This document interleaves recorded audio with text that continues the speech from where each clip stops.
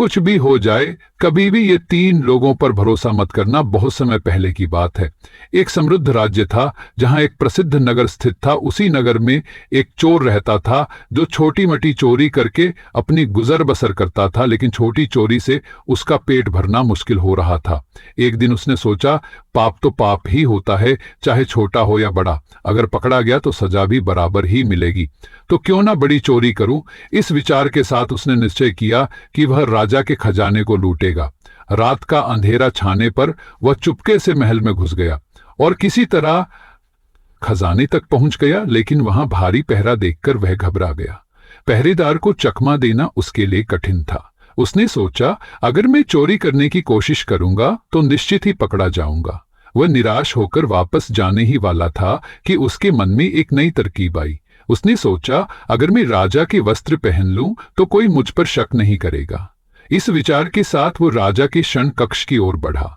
उसने धीरे से पर्दा हटाकर अंदर झांका और जो देखा उससे उसके होश उड़ गए। राजा अपने बिस्तर पर सो रहे थे और उनकी रानी जाग रही थी, पास बैठी थी। यह देखकर चोर की हिम्मत जवाब देने लगी। वह एक कोने में छिपकर रानी के सोने का इंतजार करने लगा। थोड़ी देर बाद उसने दोबारा पर्दा हटाकर देखा, लेकिन रानी अब भी जाग रही थी। चोर ने सोचा कि कुछ समय और इंतजार कर ले। वह वहां रखी एक मेज पर बैठ गया, लेकिन जैसे ही वह बैठा, गलती से मेज पर रखा पानी का गिलास गिर गया। गिरने की आवाज सुनकर रानी चौंक गई और तुरंत तलवार लेकर बाहर आई। उसने चोर की गर्दन पर तलवार रख दी और कठोर स्वर में बोली, तू कौन है और यहां क्या कर रहा है? सच सच बता, वरना एक ही झटके में तेरा सिर धड़ से अलग कर दूंगी। चोर डर से कांपने लगा और हाथ जोड़कर गिड़गिड़ाया, रानी साहिबा, मुझ पर दया कीजिए। मैं एक गरीब चोर हूं, चोरी करने आया था, लेकिन मैं कोई नुकसान नहीं पहुंचाया। अगर आपने मुझे मार दिया तो मेरे छोटे छोटे बच्चे अनाथ हो जाएंगे।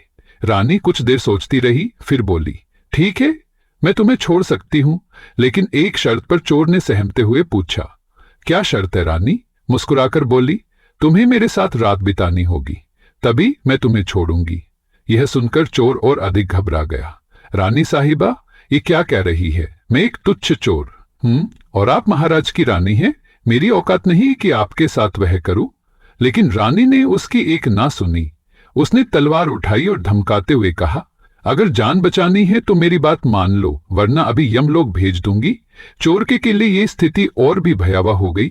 उसने सोचा, अगर मना किया तो मर जाऊंगा, अगर मान गया तब भी राजा के जागने पर मौत निश्चित है।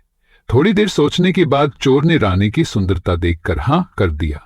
चोर और रानी दोनों एक विस्तार पर सोकर रानी ने अपनी वासना का आग मिटा रहा था।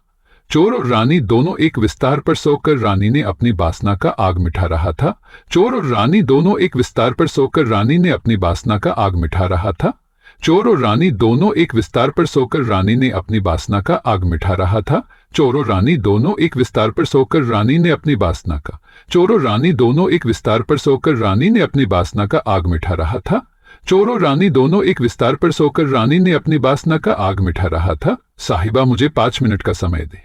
रानी ने अनुमति दे दी। चोर धीरे धीरे दरवाजे की ओर बढ़ा और जैसे ही अवसर मिला बाहर की ओर भाग निकला, लेकिन बाहर खड़े पहरेदार ने उसे पकड़ लिया और पूछा, कौन हो तुम? चोर ने घबराकर पूरी सच्चाई बता दी।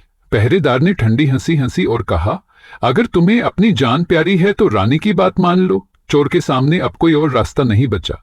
वह वापस रानी के पास गया और बोला, अगर राजा जाग गए तो हम दोनों की जान जाएगी, इसलिए आपको पहले राजा को मारना होगा। रानी कुछ देर सोचती रही, फिर तलवार उठाई और एक ही वार में राजा का सिर धड़ से अलग कर दिया।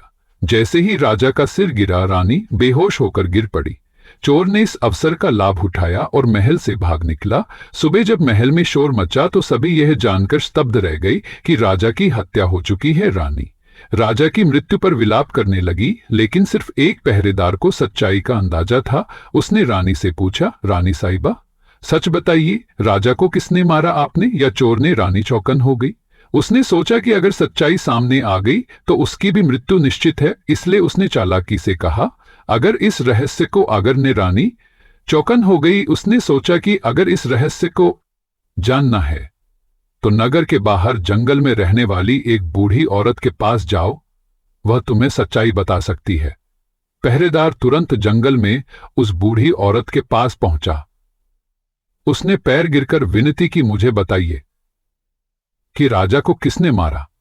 बूढ़ी औरत ने उसकी आंखों में देखा और बोली, अगर सच जानना है तो बाहर बंधे बकरे का सिर काटो। जब उसका सिर हवा में उड़ने लगे तो उसके कान पकड़कर लटक जाना, जहां वह ले जाए वहीं तुम्हें जवाब मिलेगा। पहरेदार ने आदेश का पालन किया और बकरे के कान पकड़कर हवा में उड़ने लगा। बकरा उसे एक भयानक गुफा में ले गया। वहां एक जिन और उसकी सुंदर रहते थे। जब जिन बाहर गया तो उसकी बेटी बाहर आई। उसने पहरेदार को देखकर सोचा, ये जवान और ताकतवर है, इसे जिंदा रखूं तो मेरे काम आएगा। उसने खुद को एक सुंदर लड़की के रूप में बदला और पहरेदार को अपने वश में कर लिया। रात भर उसके साथ रही और जब सुबह हुई तो उसे मक्खी बनाकर दीवार पर चिपका दिया। पहरेदार कई दिनों तक वही रहा। फिर उसे अपने परिवार की याद आई। एक दिन उसे मौका मिला और तो वह भाग निकला, लेकिन कुछ समय बाद उसे फिर उस लड़की की याद सताने लगी। वह बूढ़ी औरत के पास पहुंचा और फिर से गुफा जाने की प्रार्थना करने लगा। बूढ़ी औरत बोली, पहले तुम्हें अपने बेटे को लाना होगा। पहरेदार अपने बेटे को ले आया। बूढ़ी ने कहा, जैसे तुमने बकरे का सिर काटा था वैसे ही अपने बेटे का सिर काट दो।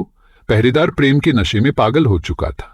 जैसे ही उसने तलवार उठाई, बूढ़ी ने औरत ने उसका हाथ पकड़ और कहा, अब तुम अपने प्रश्न का उत्तर जान चुके हो।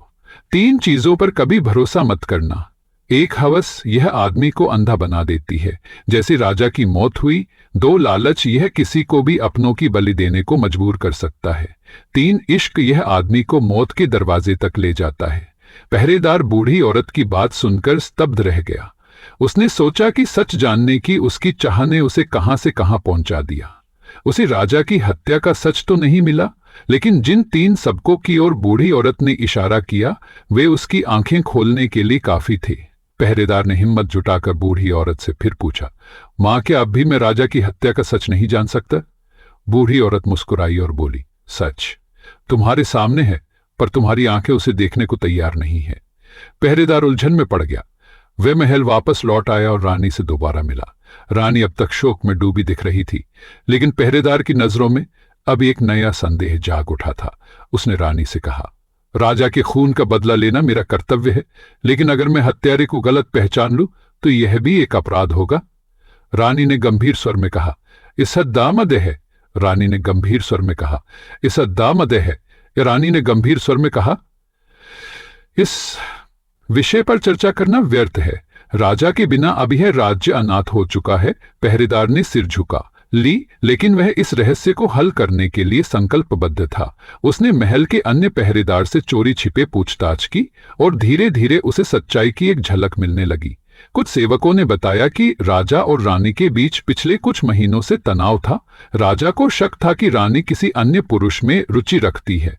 यह सुनकर पहरेदार ने अनुमान लगाया कि रानी ने ही राजा की हत्या करवाई होगी, लेकिन सबूत के बिना वह कुछ नहीं कर सकता था। इसीलिए उसने रानी पर नजर रखना शुरू किया। कुछ ही दिनों बाद एक रात उसने देखा कि रानी गुप्त रूप से महल के पिछवाड़े स्थित एक पुराने मंदिर में गई। एक पहरेदार ने उसका पीछा किया। वहां उसने देखा कि रानी एक अजनबी पुरुष से मिल रही थी। वो कोई और नहीं बल्कि वही चोर था जो राजा के खजाने को लूटने आया था। रानी ने चोर से कहा, राजा अब नहीं रहे, लेकिन अब तुम यहां से चले जाओ क्योंकि लोग मुझ पर शक करने लगे हैं। चोर हंसा और बोला, मैं चला जाऊंगा मैं रानी, लेकिन याद रखना अगर मुझे कुछ हुआ तो तुम्हारा भेद सबके सामने आ जाएगा। पहरेदार ने सब कुछ सुन लिया।